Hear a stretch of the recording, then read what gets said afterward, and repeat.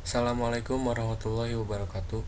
Di sini saya akan menjelaskan tentang cara instalasi SQL Job dan implementasi perintah-perintah DDL dan DML.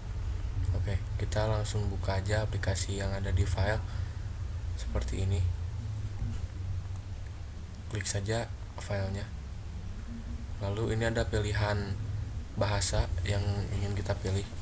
Kita tulis bahasa Inggris aja ya. Langsung. Lalu next. Nah, di sini ada beberapa keterangan, lalu kita pilih yang atas. Lalu next. Nah, di sini juga ada beberapa pilihan seperti ini. Lalu kita next aja. Nah, di sini adalah tempat dimana kita menyimpan file. Lalu install. Nah, setelah yang hijaunya ini terisi penuh, lalu pilih next. Lalu finish.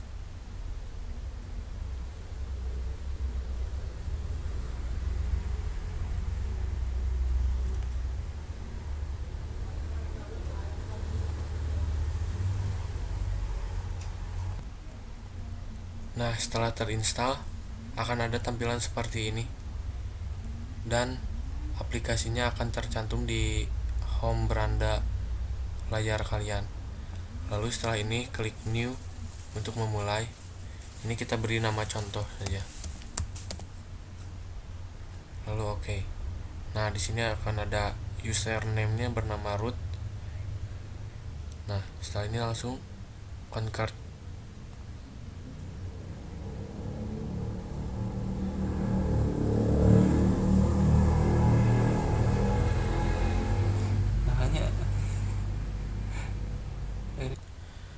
Nah, setelah terinstall akan ada tampilan seperti ini di layar. Lalu aplikasinya akan tertera di beranda layar Windows kalian. Nah, setelah ini kita aktifkan SAMPP-nya. SAMPP control panel. Di sini kita klik start yang MySQL.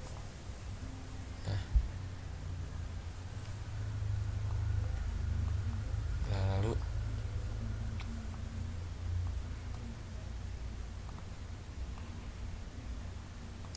setelah itu lalu convert. Yes. Ya, oke, setelah aplikasi ini sudah setelah aplikasi ini sudah diinstal, lalu akan ada tampilan seperti ini. Nah, sebelum tampilan seperti ini, di sini kita bisa buka file lalu new. Nah, setelah itu akan muncul kolom buat memasukkan codingannya. Nah, di sini saya sudah membuat salah satu codingan. Ini saya sebagai contoh mengambil aktivitas inventory ya. Nah, di sini yang di paling atas itu create database maksud saya. Nah, create database di sini fungsinya buat membuat database dari mana, dari inventory tersebut. Nah, setelah itu saya membuat create table barang. Nah, create table ini berfungsi untuk membuat tabel. Tabelnya tuh tabel barang dari inventory ini. Nah, di sini di dalam tabel ini ada ID barang, nama barang, jumlah barang, dan stok. Nah, untuk kode yang ada di pinggir ini namanya integer, varchar, dan seperti ini. Ini tuh berfungsi untuk integer tuh sebagai inputan angka. Nah, setelah itu varchar. Nah, varchar ini berfungsi untuk menginput huruf ya. Nah, setelah itu yang di pinggir kode tersebut terdapat angka yang ditutup dengan kurung. Nah, ini berfungsi untuk batasan inputan. Misalnya ini kan integer. Nah, berapa batas angka yang bisa diinputkan? Ini 10. Nah, kalau varchar ini juga sama 50 itu buat batas penginputan angka. atau huruf. Nah, sini juga sama. Nah, primary key ini adalah kata kunci atau kode unik yang bisa diambil dari semua tabel ini. Seperti ini contohnya ID barang. ID barang, kenapa dipilih ID barang? Karena unik, soalnya kan satu barang mempunyai satu ID. Nah, seperti itu. Nah, ditutup dengan kurung kurawal seperti ini dan dibuka dengan kurung kurawal seperti ini. Nah, setelah itu select. Select itu untuk select ini untuk berfungsi untuk apa namanya? Mengecek apakah codingan yang sudah dimasukkan ini berhasil atau tertera. Nah, bisa dicek di sini dengan cara ngeran. Nah, lalu alter table. Alter table ini untuk menambahkan tabel. Nah, di sini kan ada kata add, berarti menambahkan tabel. Nah, tabel yang ditambahkan itu seperti barang return, nah, yang asalnya tidak ada menjadi ada. Nah, ini bentuknya, kodenya integer dan maksimal penginputannya 50 karakter ya. Nah, lalu di bawahnya itu ada lagi drop kolom. Nah, di drop kolom ini berfungsi untuk menghapus kolom yang ingin kita hapus gitu. Nah, lalu di sini ada barang yang maksudnya ada kolom yang akan kita inputkan di dalam tabel tersebut, di dalam tabel ini. Nah, ini codingannya untuk menambahkan isi dari tabel ini yang kita buat. Lalu bawahnya tuh ada update. Update ini berfungsi untuk mengganti isi dari tabel yang sudah kita masukkan tadi. Nah, jadi seperti itu. Nah, cara untuk mengetesnya kita, nah ini kenapa muncul seperti ini. Nah, ini tuh tadi saya sudah run, maka akan muncul pemberitahuan apakah codingannya sukses atau tidak di sini. Nah, bagaimana caranya? Nah, caranya seperti ini. Kita drop supaya lebih gampang. Drop, lalu klik ini. Nah, lalu akan muncul di sini pemberitahuannya. Ini error tuh karena tadi kita udah menginputkan dan ngeran, jadi tidak bisa dua kali gitu. Nah, bagaimana caranya supaya tidak error? Nah, setelah itu kita refresh di sini dengan cara klik kanan lalu refresh. Bisa juga tekan F5. Nah, di sini akan muncul inventory. Nah, kita bisa klik inventory barang ini.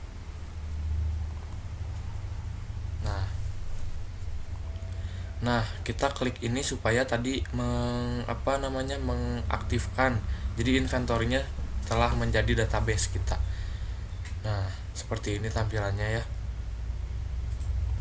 Nah, selanjutnya untuk mengetahui dan melihat tabel yang kita buat, caranya seperti yang tadi membuat database. Caranya drag seperti ini sampai batas yang diperlukan. Nah, lalu klik ini run. Nah, di sini sudah muncul pemberitahuan bahwa ini berhasil. Nah, lalu bagaimana untuk melihatnya?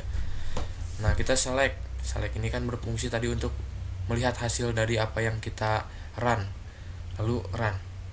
Nah, di sini akan muncul pemberitahuan bahwa apa yang kita inputkan dari sini akan muncul di sini. Nah, setelah itu untuk mengetahui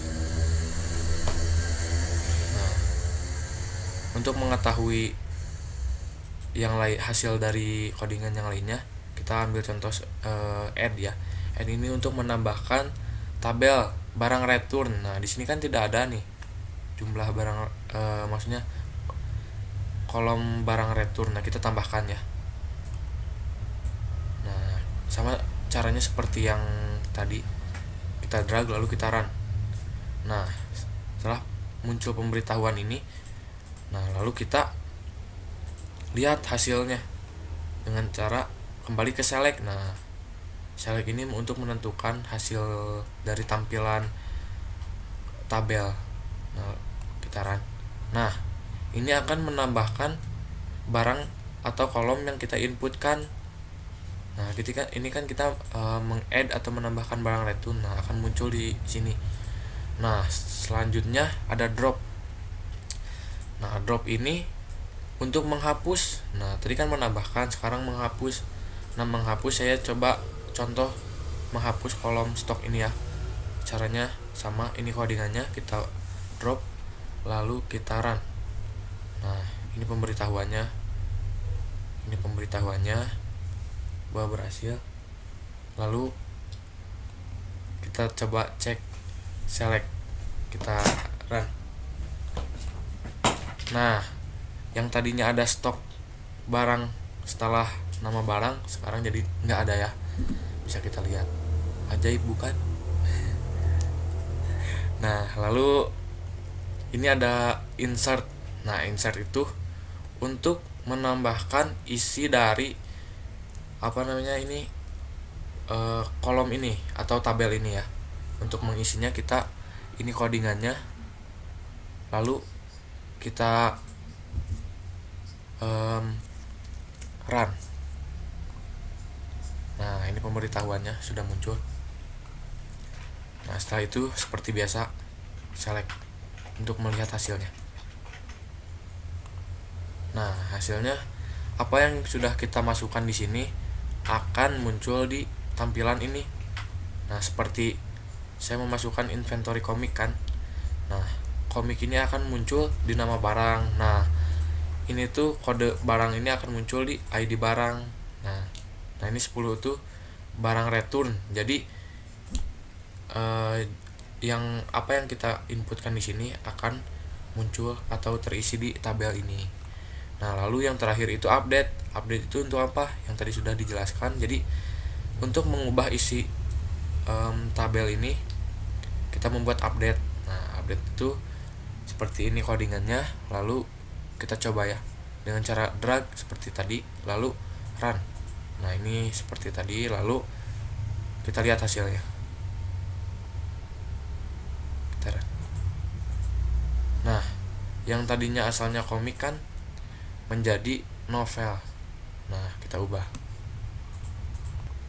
Nah, seperti itu tutorial meng-create DDL. Ya, seperti itulah penjelasan dari saya tadi. Mohon maaf tadi ada kesalahan sedikit dikarenakan kursornya tidak terekam oleh perekam layar saya. Terima kasih, semoga bermanfaat. Assalamualaikum warahmatullahi wabarakatuh.